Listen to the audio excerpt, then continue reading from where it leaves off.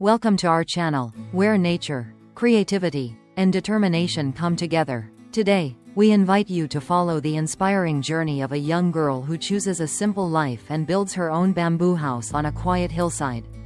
With only basic tools, natural materials, and strong will, she transforms raw bamboo into a warm, peaceful home that blends perfectly with the surrounding landscape.